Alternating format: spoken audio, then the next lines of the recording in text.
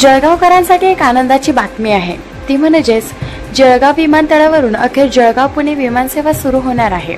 त्यासाठी फ्लाय 91 या कंपनीने 24 व 26 मे रोजी ट्रायल फ्लाईटचे नियोजन केले असून तिकीट विक्री सुरू केली आहे। 7 वर्षांपूर्वी जळगावातून व्यावसायिक विमानसेवेला सुरुवात झाली होती। उद्घाटनाच्या वेळी जळगावातून पुण्यासाठी विमानसेवा सुरू करण्याबाबत तत्कालीन कंपनीने घोषणा केली होती। जळगाव विमानतळावरून सेवा पुरवणाऱ्या कंपनीने शुक्रवारी या अतिरिक्त व प्रायोजिक तत्वावरील विमानसेवेची अधिकृत घोषणा केली आहे।